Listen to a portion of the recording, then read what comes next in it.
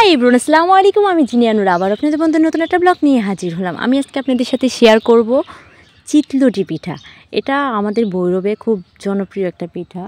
এটা খেতে যতটা মজা আর দেখতে এতটাই সুন্দর, আর এটা খেতে কিন্তু খুবই মজা। বিশেষ করে এটা গরুর নলি, তারপর গরুর মাংস দিয়ে খাওয়া হয়। দেখতেই পারতেছেন কতটা সুন্দর দেখা যাচ্ছে, আর এটা কিন্তু কালারটা যেমন সুন্দর, খেতেও ততটা মজা। আর কুরবানি ঈদে তো এই পিঠা ছাড়া কুরবানির মাংসটা খাওয়াই বৃথা। সবসময় এই যে এই পিঠাটা বানানো হয় আমাদের বাড়িতে। আজকে আমি আমার শ্বশুর বাড়িতে গাইবান্ধাতে এই পিঠাটা বানাইছি, তার জন্য ভাবলাম আপনাদের সাথে শেয়ার করি।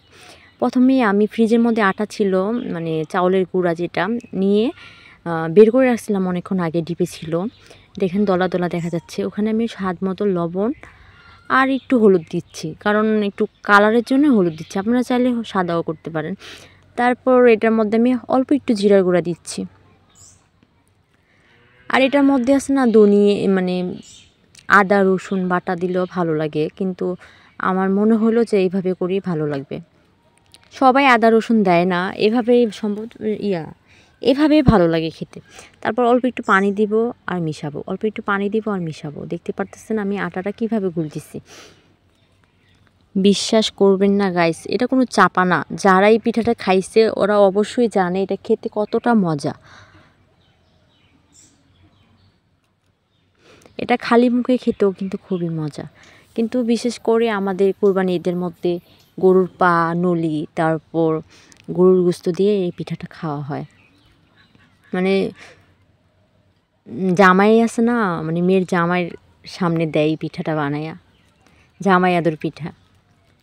তারপরে এই যে আটাটা আমি এইভাবে অল্প অল্প পানি দিয়ে গুলে নিচ্ছি। আপনারা দেখতে পারতেছেন হাতের সাহায্যে আমি কীভাবে পানি দিয়ে গুলে নিচ্ছি। যদি আমার কথায় কোনো ভুল ত্রুটি হয়ে থাকে অবশ্যই ক্ষমার দৃষ্টিতে দেখবেন।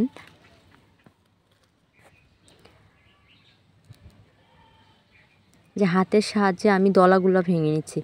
যতই ডিপের মধ্যে থাক, আপনার পানি দেওয়ার পরে অনেকটা নরম হয়ে যাবে। আপনি বারবার হাতের সাহায্যে ভালো করে মেখে নেবেন, তাহলে আর এটা দলা থাকবে না। খেতেও যতটা মজা হবে, দেখতেও ততটা ভালো হবে, আর পিঠাটা বানাইতেও আপনার কাছে সহজ মনে হবে।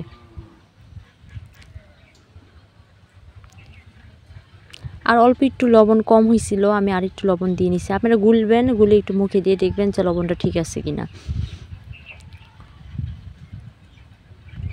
এখন আটাটা গুলানো হয়ে গেছে। এখন আমি গরম একটা কড়াই বসায় গরম করে নিব। আমি তাড়াহুড়া করে আগে 2টা পিঠা বানাইছি। আমার হাজব্যান্ড খুবই তাড়া দিচ্ছিল যে খাবে কখন। তাকে বানাই দেওয়ার পরে নেক্সট যেটা বানাইছি সেটা আমি ভিডিও করছি। এই যে এভাবে অল্প একটু তেল দিয়ে সারা কড়াইয়ের মধ্যে দিয়ে নেবেন, দিয়ে হাতের সাহায্যে এইভাবে হাতটা খালি নাড়াচাড়া করে, একবার চুপবাবেন আরেকবার এইভাবে নাড়াচাড়া করে দিবেন। দেখতে পারতেছেন যে আমি হাতের সাহায্যে কীভাবে নাড়াচাড়া করে সব জায়গায় দিয়ে নিচ্ছি। আপনারা চাইলে এটার ক্ষেত্রে বোতল মুখারিটা কোনো একটা কিছু দিয়ে বিন্দুর করে ওটা দিয়েও আপনারা করতে পারেন, কিন্তু হাতেরটা স্বাদ অন্যরকম। এভাবে দিয়ে কিছুক্ষণ ঢাকনা দিয়ে ঢেকে নেবেন। দেখেন পিঠাটা চাইলে আপনারা এই হয়ে গেছে তুলে নিতে পারেন। যদি একটু মচমচ করে ভাজতে চান তাহলে আরেক কিছুক্ষণ চুলার মধ্যে রাখবেন। এই যে দেখেন মাঝখানে যখন দেখবেন এরকম লাল হয়ে গেছে, তখনই বুঝতে পারবেন যে পিঠাটা হয়তো বা মচমচা হয়ে গেছে। এটা খেতে খুবই মজা হয়। অনেকে দেখা যায় মচমচা রাখে না, হালকা হালকা ভেজে তুলে ফেলে, ওইটাও করা যায়, কিন্তু আমার কাছে মনে হয় এইভাবে এই কড়া ভাজাটাই বেশি মজা লাগে। আর এই পিঠাটা গরম গরম খেতে খুবই মজা। আমি আরেকটা পিঠা দিয়ে নিচ্ছি, দিয়ে হাতের সাহায্যে সব জায়গায় ছিটিয়ে নিচ্ছি।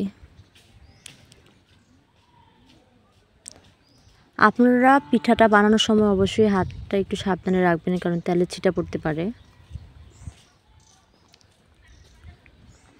এখন হালকা একটু তেল দিয়ে এটাকে ভেজে নেব। আপনারা চাইলে পরেও তেল দিতে পারেন, কারণ হাতের তেলের ছিটা পরে চলে আসে, সেই অনুযায়ী আপনারা একটু দেরি করে দিতে পারেন। ফাইনালি পিঠাগুলো হয়ে গেছে, আমি আপনাদের দেখাইলাম 2টা 3টা। এভাবে আমি কয়েকটা পিঠা বানিয়ে নিয়েছি।